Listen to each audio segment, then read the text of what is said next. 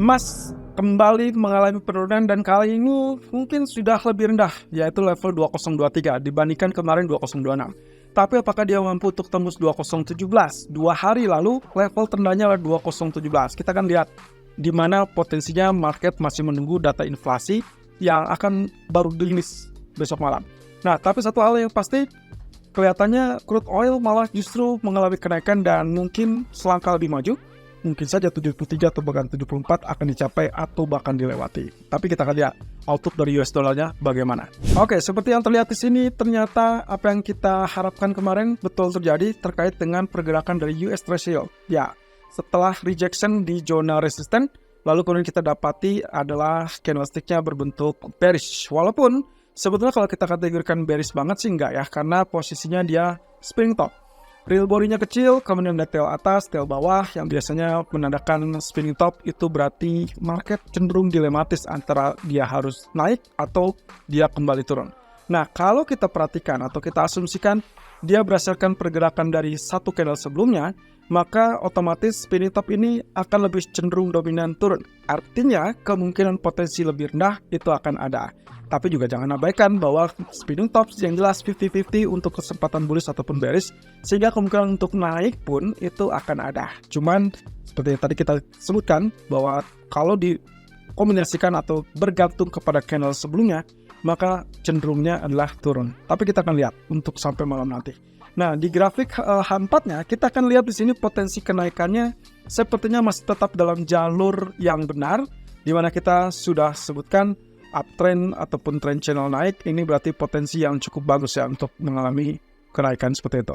Atau sampai suatu ketika dia berhasil untuk mengalami penembusan dari jalur trend channelnya. Jadi kita masih melihatnya sebagai uptrend, tapi hati-hati saat dia betul-betul terkonfirmasi tembus di bawah support. Nah, otomatis kalau lihat ini kelihatannya kita masih tetap dalam jalur tengah. Jadi kalau saya masukkan seperti triangle seperti itu, kelihatannya sih ini dengan mudah untuk mulai kenaikan ke zona tengah kembali atau bahkan lebih tinggi sampai zona resisten ini. Ini adalah di 4,18% ya, kurang lebih dekat dengan 4,2. Atau kalaupun misalkan turun, dia harus tembus dua level support, yaitu di bawah 4,0. So far masih 4,028. Kemudian kalau kita perhatikan dari US dollarnya, kondisinya sepertinya tidak jauh berbeda. Cuma di sini yang kita sedang coba perhatikan adalah posisinya. Ya, kalau kemarin kita sempat membayangkan bahwa inilah left shoulder, kemudian ini head, kemudian right shoulder. Ternyata di sini ada right shoulder kedua, gitu ya. Ini kemungkinan right shoulder kedua selama dia tidak tembus atau tidak lebih tinggi dari zona 102.95 atau 103-nya. Nah, artinya kemungkinan potensinya pergerakannya akan seperti demikian. Jadi kita masih bisa lihat untuk potensi penurunan ataupun pelemahan. Tapi dengan catatan, juga di sisi lain kita bisa saja menganggap ini kecenderungannya berada di jalur bullish rectangle. Jadi ini bagian bullishnya, kemudian inilah bagian konsolidasi atau rectangle-nya, sampai akhirnya dia tembus zona resisten. Dan itu kemungkinan baru akan terwujud besok malam. Jadi penentunya tetap besok malam. Tapi untuk hari ini, perhatikan saja zona 102.60 dan 102.95 untuk resisten. Atau, perhatikan juga area 102.40-an dan juga 102.00 untuk zona supportnya. Kita harus melihat itu dari pergerakan nanti malam. Nah, kaitannya dengan potensi pergerakan berikutnya dari jalur kenaikan, kelihatannya kalau lihat daily-nya, justru dolar ini ada kecenderungan untuk mengalami kenaikan. Tapi lagi-lagi, zona yang harus disortir ataupun yang harus diperhatikan adalah area yang sekarang terjadi. Jadi masih cukup banyak waktu dan juga kita punya potensinya dalam 1 dan 2 hari ke depan. Artinya hari ini sampai besok malam kita masih tetap wait and see sampai data inflasi tersebut dirilis. Nah, oleh karena itu, secara pergerakan keseluruhan kelihatannya untuk saat ini pound sterling kembali ke dalam jalur benar, yaitu jalur penurunan. Tentunya Anda ingat beberapa waktu yang silam, setelah dia mulai kenaikan dari jalur ini, kemudian dia bikin pola yang disebutnya adalah rising wedge, berbalik turun setelah dia confirm tembus level supportnya.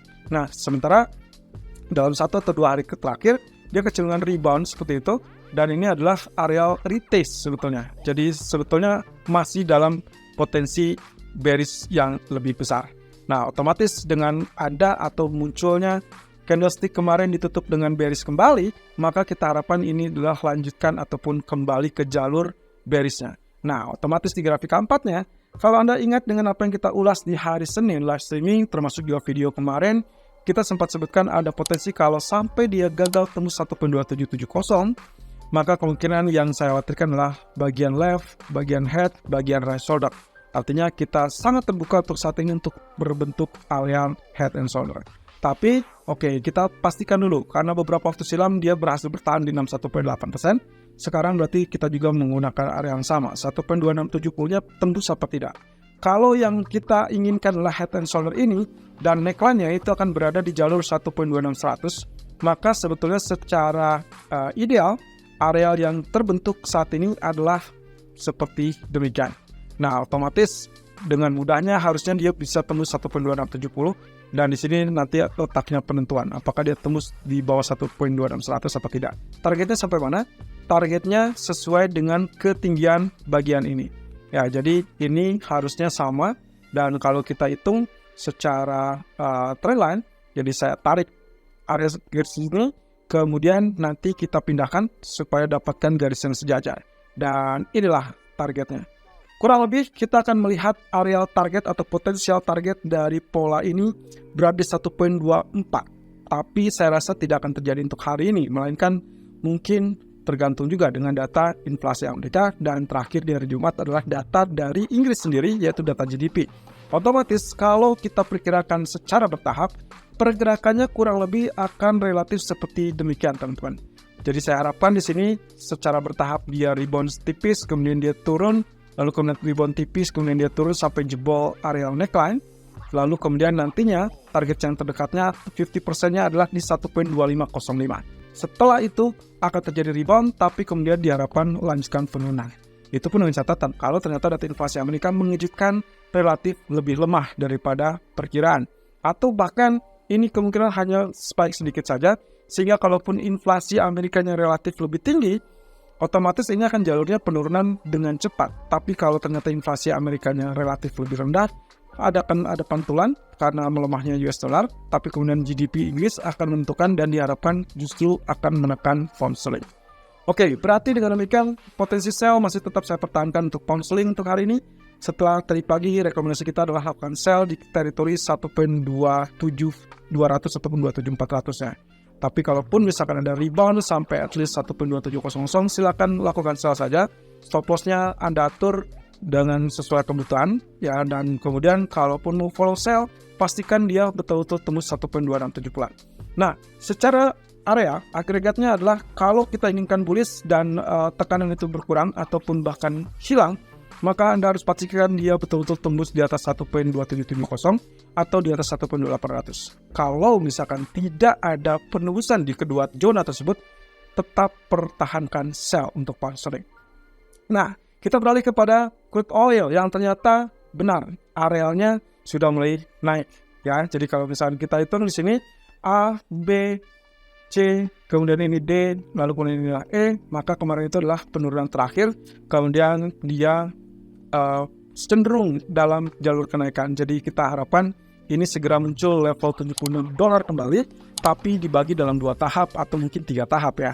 Karena kecenderungannya seperti Anda lihat di sini, kondisinya dia tertahan di zona tengah ya. Zona tengah ini adalah zona kritikal. Dan kalau Anda perhatikan beberapa waktu yang lalu, dia cenderung bertahan di zona tengahnya $72.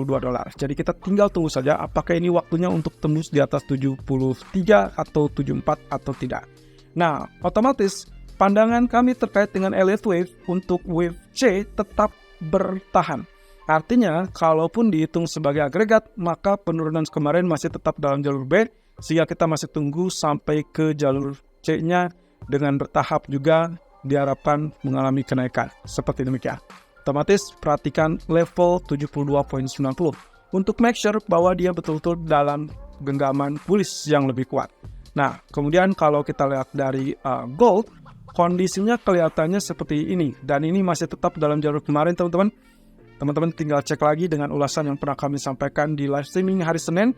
Jadi jalur bertahapnya kurang lebih diharapkan ini mirip ya. Karena sejauh ini ada ya pertahanan di zona orange. Berarti secara kembar dia mungkin naik kemarin. Tertahan di situ. Walaupun kita berharapnya di zona ini ya. Ini adalah di 2047 sampai 2050-an. Jadi kalau misalkan lihat seperti ini, kalaupun terjadi kenaikan, harusnya dia masih tetap dalam jalur tekanan, karena kita belum lihat ada dorongan yang paling spesifik untuk emas kembali berburu di atas 2060-an.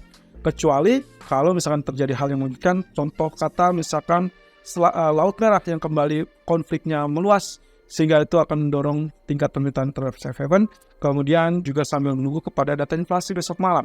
Jadi hati-hati, untuk hari ini saya sih lebih prefer untuk pergerakannya tertahan di zona 1